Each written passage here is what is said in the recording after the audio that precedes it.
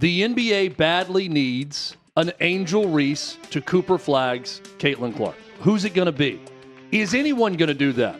Are we past the point because we've become so nice in the NBA with each other that we're not going to have a true villain? He's got to poke the bear. And I think that's the only way you gain a little notoriety. The last great one I could really point to, Hutton, would be the marquee player going to a team that desperately needs him. That would be any team that could end up with number one. It ends up being the Dallas Mavericks.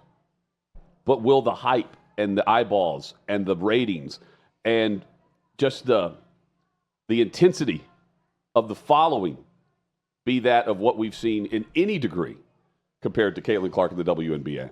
Well, two things. One, they really need a meteoric type ascension of Cooper Flagg. Yes. Like, it needs to be quick. I don't. Fast. There does not need to be this easing in process. He's coming off the bench. Like, he needs to be a holy cow. That guy had 3 SportsCenter highlights in his first game.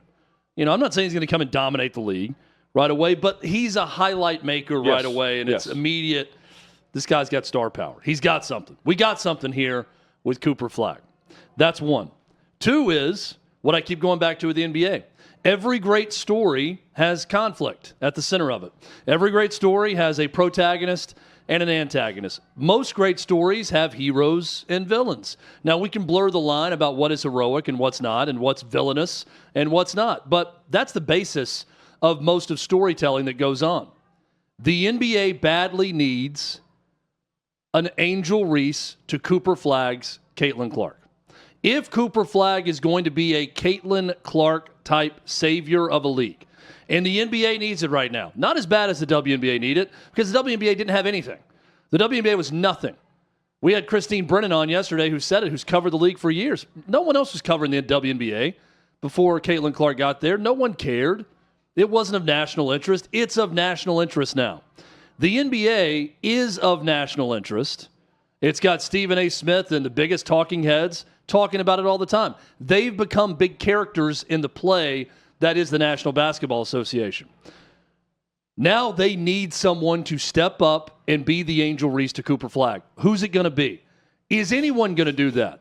Are we past the point because we've become so nice in the NBA with each other that we're not going to have a true villain to step up and say, hey, this guy's not as good as everybody says. This guy's getting too much hype.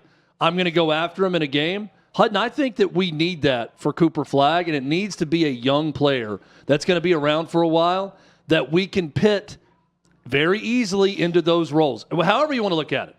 This person that goes to Cooper Flagg could be a hero to a lot of people, could be a villain to a lot of people. Doesn't matter. You need that conflict.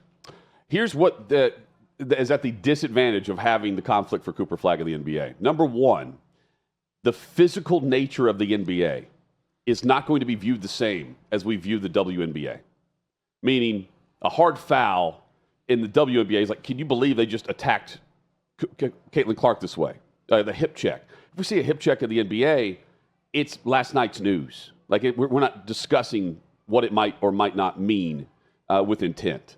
The rivalry that Flagg doesn't have, Caitlin Clark was a part of in college, but she wasn't winning that rivalry. She was losing that rivalry. And we see the ascension, and the fans of her follow her to the NBA, WNBA, the W. Those are 2 disadvantages that Flagg faces for what we're discussing. The third thing would be, it's the players versus the player. It's the players who don't like the ascension of said player. I don't know of an NBA group of players that would hate Flagg getting the attention. You know what I mean? Yeah. Because all these players get all the attention. That's a huge advantage that Clark has, where she is the league, because we haven't seen that before. The NBA, while we say they don't have a face moving forward after the old guys phase out, and that's true right now, they do have a lot of local known names where they can have an NBA Finals, and we know Tyrese Halliburton now. Mm-hmm. You know? And we know his dad. There's players that are willing to talk, and you recognize faces. You may not know names, but you recognize faces. That's the advantage that the NBA all over the place has over the W, where maybe one or two players on a roster, and that's pretty much it. You know what I mean? It's hard to get the same thing, but it can happen. And we're talking about true movements here. Right. Christine Brennan was talking about this. Caitlin Clark, there's not anything comparable from a women's team sports perspective when you look at what she's meant. And she's right, the 99 U.S. Women's World Cup team, as a team, you could take Brandi Chastain or Mia Hamm out of that team and say that was a big deal. And that was a bigger moment for sure nationally for sports than what the WNBA is right now with Caitlin Clark. But I can't think of a bigger team sport movement moment for a female team sport athlete like Caitlin Clark. We've seen movements all the time in the NBA.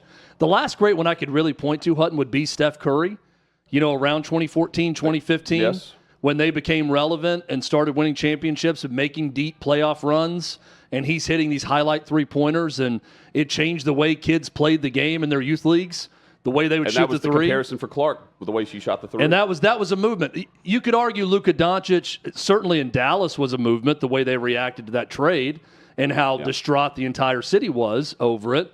So that's another one, but they need... There's a valley there. For my scenario to take place where Cooper Flagg immediately impacts ratings, he's got to, one, be great right away. Yes. And two, he's got to have a legitimate foil. He's got to have someone who is not afraid to talk trash about him, who's going to be that, I'm going to put the ring finger in your face or taunt you or do whatever it takes to be the guy that's going to go after you and talk poorly about you. Jordan had that with the Pistons. He did. All the Magic Bird, right? We can go down. Bill Russell and Wilt Chamberlain. There's always been that great protagonist, antagonist, depending on what side you're on. Hutton, I can't pick most of these guys out of a lineup in the NBA right now, and I don't know who has the personality to do it. I know Anthony Edwards likes to cuss in post-game interviews. That's the extent of what I know about his personality. Maybe it could be an Anthony Edwards with the T-Wolves. Victor Wembanyama, I worked with someone who once said, can he speak? Yeah, right. Can he speak? Can he the talk? French guy, have you heard a lot of interviews with Victor Wembanyama? Is he the type of guy that's going to talk trash to people and be a big personality and have what it takes to do it? So far, looking at this list that Tyler's helped us come up with also, Anthony Edwards, he's got the game to do it. I think he'll talk trash. He's got a big personality. I don't know that he's the guy. Victor Wembanyama should be a great player, not the guy to me. Kevin Durant, too old while in the division. Too old, but I think can fit the mold of what we're not afraid to talk, for sure. Yeah, I would say that.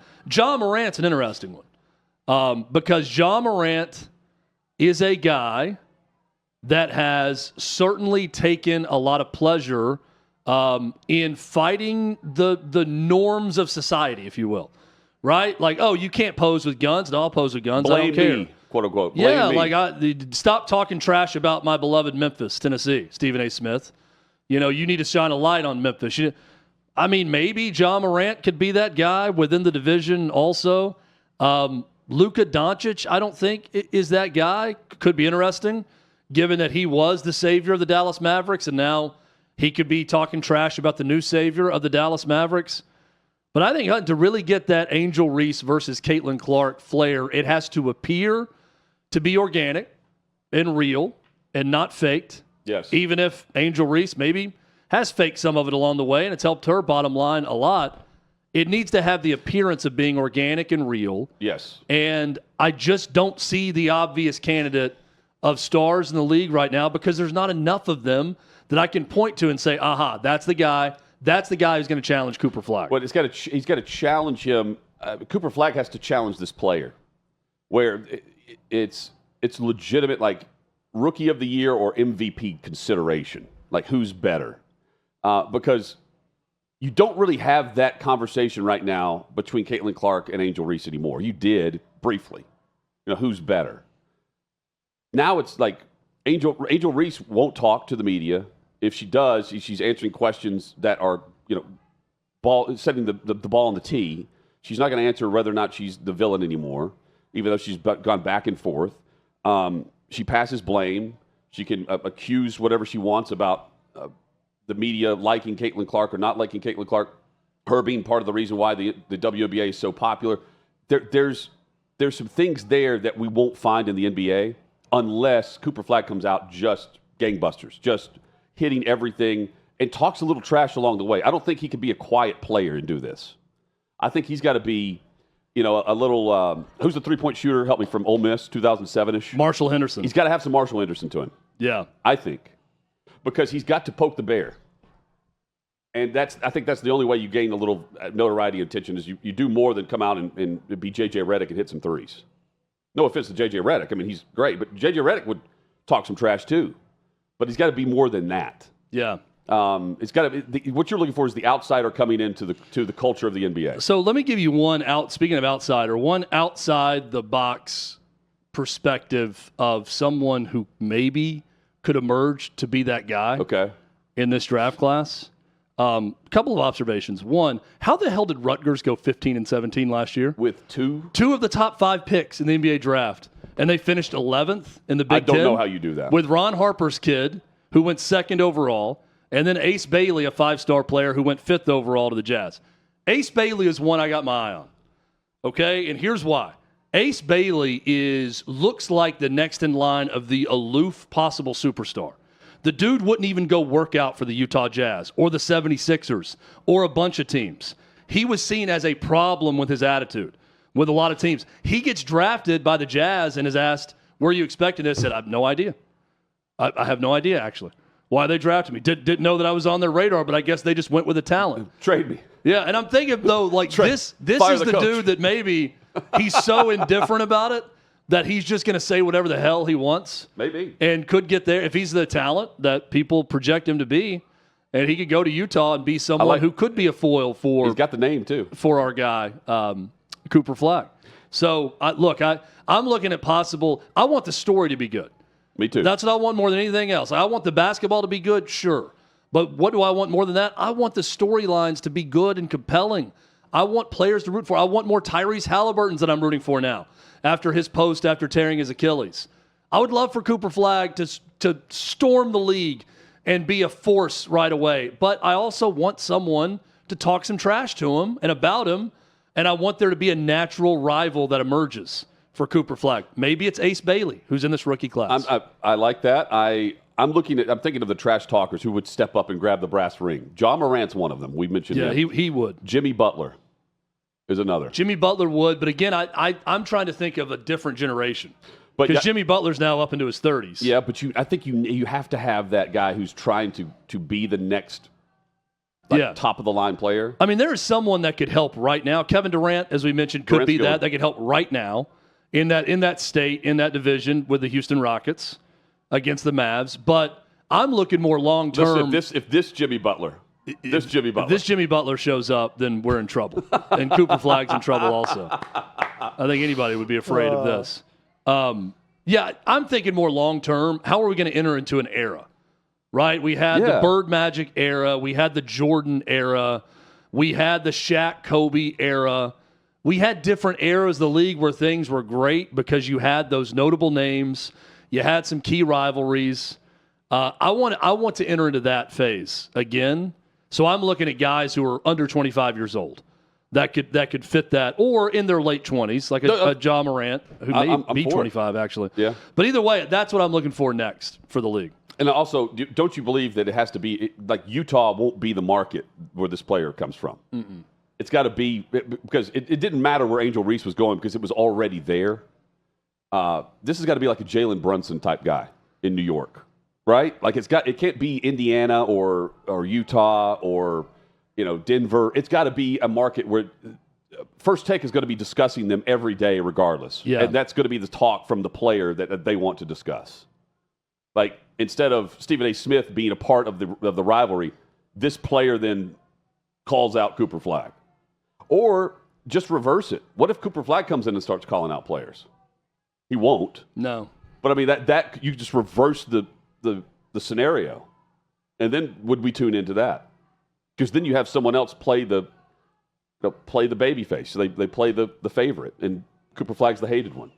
I never thought we'd reach the day, Hutton, where we're saying, how does the NBA emulate the WNBA for their success? Not the emulate but because the NBA would capitalize on this. Yeah, but something, and I'm saying anything from the WNBA. They're going to need to take something from the WNBA's rivalry of Caitlin Clark and Angel Reese and apply it to Cooper Flagg versus someone. Well, I say they don't want to mimic the WNBA because the WNBA has swung and missed on this. Yeah. Right? And again, I'm not trying to artificially race bait here. I'm not saying it's got to be a black guy that steps into it or does this, that versus the white guy. It would probably help. Alex Caruso. It always does help, if that's the case, but it's got to be organic. Well, Bird and Magic were a good player. Bird and Magic were organic. They played in a national championship game against each other. They went to the two preeminent franchises in basketball on opposite coasts. It was two very different cities in Boston. It was organic. It mattered. It was awesome. I want that for the NBA again. And I just don't see who that person could be. I'm grasping at straws with Ace Bailey of the Utah Jazz as being that possible foil, but who knows? I was actually watching some of the draft last night. I watched about 30 minutes of it. How was it? It was pretty boring, not going to lie. But I was very intrigued by young Hanson from China, who is 7'1", wow, 253. And he was seated in like the bleachers of Barclays Center because he was surely going to be a second-round pick. So when his name was called 16th overall it was in a trade. The Trailblazers drafted him with a trade from Memphis. Because I was thinking at first, I'm like, they just drafted Zach Edey. And now they're drafting another huge 7-foot-plus guy from China. That was an odd, but then it was Portland I saw that traded the pick. But he had to walk from like the club section of Barclays Center to get down to the podium because it was such a surprise pick in the first round. And then remember how Fran Fraschilla, you'd go to all the international players, he'd have the breakdown. He's the global expert. They go to this dude's highlight package, and he is like a Chinese Jokic. He's unbelievable. He's a passer. He's a shooter. He's unorthodox, but he can handle the ball, look away passes. So he's like Wemby. And he's 7'1". So he's Wemby. No, he's Jokic. He's not Wemby. Wemby's a little bit different with his size. I'm talking about the handle. But like you look, he's slow, like Jokic too. So he's very deliberate, but he's a Chinese Jokic. He's not Holmgren. He's not Chet Holmgren. No, but I got my eye on this guy. Man, I see you say 7'1" from China. I'm like, Yao Ming was 7'6". Yeah, I'm not 7'6", dude. And Wemby's 7'5". I mean, that's nuts. I'm not spending a lot of time watching Portland Trailblazers basketball. But this guy right here maybe can get me fired up to watch it. I just love that he was seated so far away. They had to go call. Like he immediately, like, no surprise at all. They said his name, and he's in the all white suit. Pops up, walks down from the club level, and goes down to the podium. See, I don't make the thing if he's seated so far away because he could be comfortable up there in the bleachers. No, they said it was such a surprise that he wasn't even seated with the other prospects because he was going to be a night 2 guy. So they move all the night 2 guys to the floor. So he was all the like. There's your guy. Anybody who's there. This body looks a little bit better than Jokic. I will say, this is a body that's not been. He doesn't party. This is a body that's not been poisoned by case after case of European beer. Is what I'm looking at him. Unlike Jokic, but all the night 2 guys that are expected to be round 2, they all sit in the bleachers. Then they move up. So he was sitting in the bleachers, expected to be a second-round pick, and my man goes 16th overall. Man. Young Hanson. Here we go. It's a very uncomfortable flight for him. Here we go.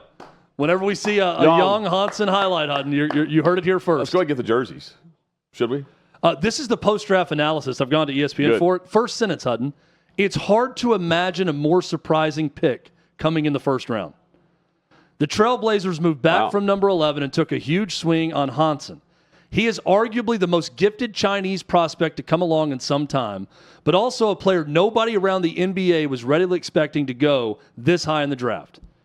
He's a gifted offensive player, a plus passer for his position, who was one of the standouts of the NBA Combine. Young. Chad, it just hit me who the player can be for Cooper Flagg. Give it to me. Bronny James. Ooh. A player who's Need not him to be good. Well, no, you don't. Because I mean, are we seeing that in the Well, he needs to play. He needs to play. Let me say that. He needs to play. He needs to play. Angel Reese does average like 12 and 12 a game. I mean, I know. She's pretty good. She's not Caitlin Clark, but she's pretty good. Right, but she's not taking over the league. You're right. So you know what I mean? Yeah. All you got to do is talk a little trash. Does he have to play, or does he have to play a little bit? Can you imagine Bronny James? But what's funny about that is Bronny James, like Cooper Flagg was sort of the chosen one when he was in high school. Yeah. This guy who came from Maine and then went to a prep school and then was a star at Duke and was the clear number 1 pick. Can you imagine Bronny James, though, arguing, see, I've earned it. Me, Bronny James, son of LeBron James, had to earn it my entire life. I've earned it the entire way. And this guy hasn't earned anything. I played in just the G the League. Hypocrisy of that. Well, but if he was saying that in the summer league, they're going to play. Can something organic happen between Bronny James? Good point is the summer league part of this, that there could be some entertaining moments for Cooper Flagg and maybe Bronny James. I like it. I would love to see if Bronny James could emerge into a contributor for the Lakers, then that could be fun. Ramona Shelburne's going to tell you that this is a legitimate rivalry. We need to check back in with Ramona Shelburne and get her top 5 list of possible villains to Cooper Flagg. This is not. I'm sure she could give us a list. This is not LeBron drafting his son. This is a legitimate draft pick. Hutton, biggest mysteries of draft night. Young Hanson going 16th. And how the hell did the Rutgers Scarlet Knights not get to the NCAA tournament? 14 SEC teams found their way to the NCAA tournament. And Rutgers, with 2 of the top 5 picks in the NBA draft, could not find their way to the NCAA tournament. Shame on you, Rutgers. By the way, way to go big time, Rutgers, with your recruiting budget and NIL packages. Like, they're not messing around at Piscataway anymore.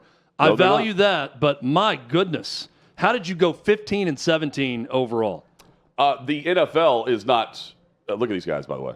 By the way, 4 of the top 5 picks, Hutton, came from 2 schools, Duke and Rutgers.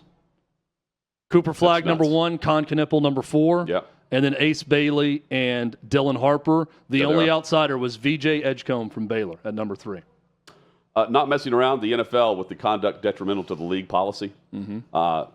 Justin Tucker's been suspended. We'll discuss that straight ahead here on Hot Mic.